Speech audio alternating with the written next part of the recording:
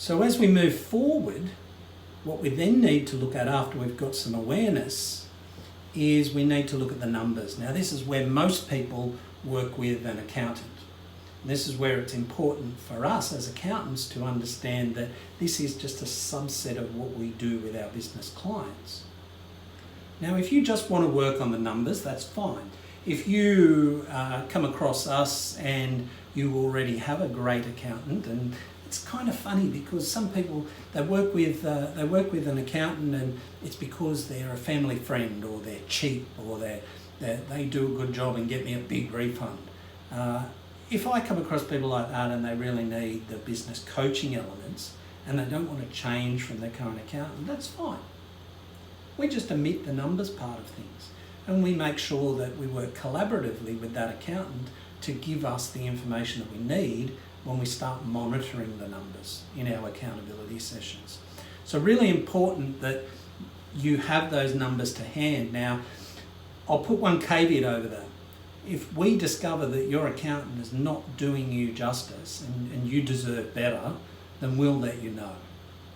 Because if there's one thing that grinds my gears more, it's clients just through blind loyalty getting really bad service from their accountant. I'm not here to bag other accountants. I love accountants, I am one. But the fact of the matter is that there's a lot of people don't know how much they're missing out on, and we'll let them know.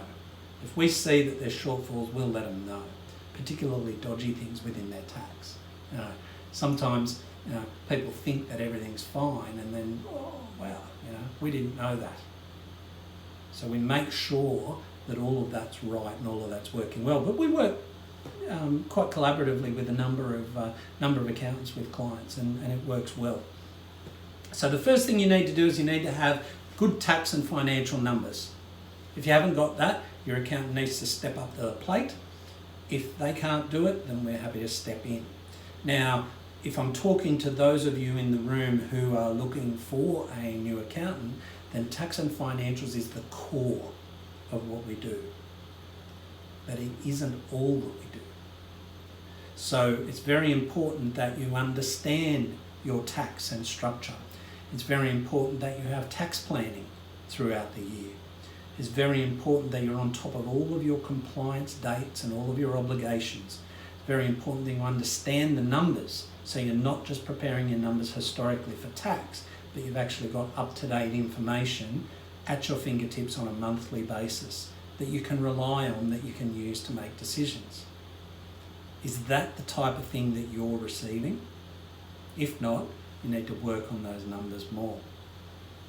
We also work through what we call your money map. Now, your money map is simply a budget. So profit budget, cash flow budget.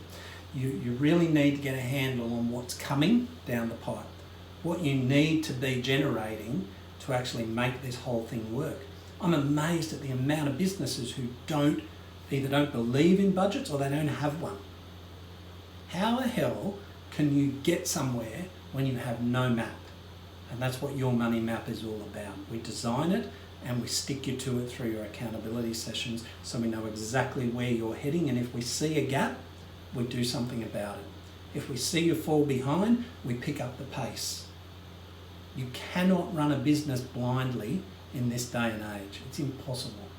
You'll get swamped and you'll end up in financial ruin.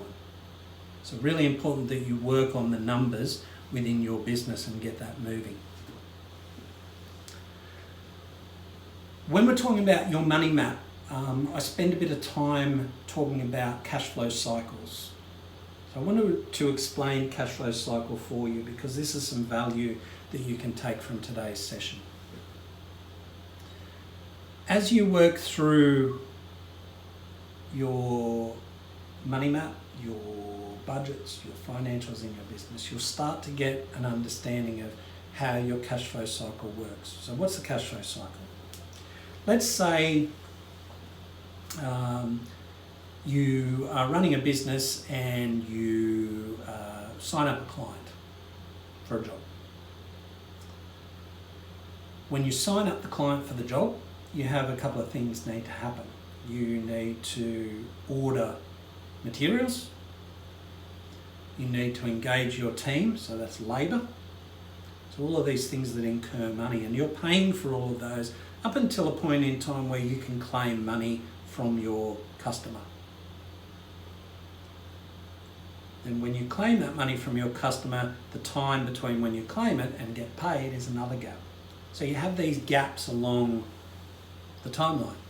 Think of a retail business. So that example is kind of like a builder. Think of a retail business where you buy the stock, you put it on the shelves. Your supplier expects you to pay for that, probably before you sell it. Sits on your shelves, you ultimately sell it, or hopefully sell it.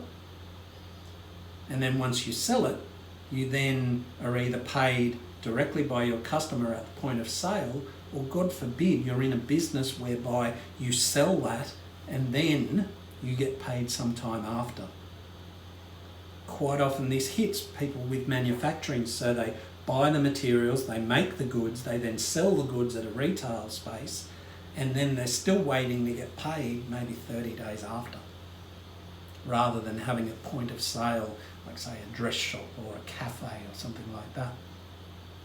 So the longer each of these steps takes between when you actually have to pay for your inputs and you receive money for your outputs, the bigger your cash flow gap is. Now, if your business is only small, then your cash flow gap will be what it is.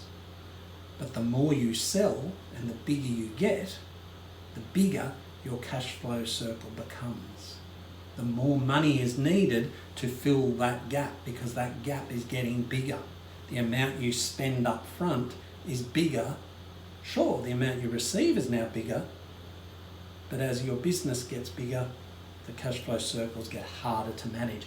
And this is what's meant by growing yourself out of business. You might have heard that term.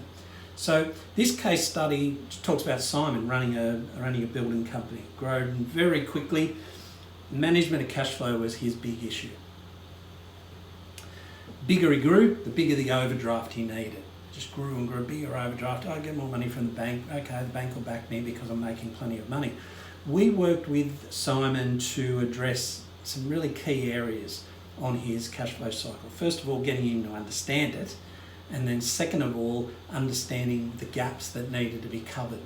This allowed him to focus on the levers that he needed to pull. So getting his pricing right, getting his workload right, getting the timing of his progress claims and payments from his clients right. It was really important that he got the pricing right in that exercise, because we didn't want him just cycling through jobs, robbing Peter to pay Paul, and really not getting a lot at the end of the day. And that happens a lot within the trades industries.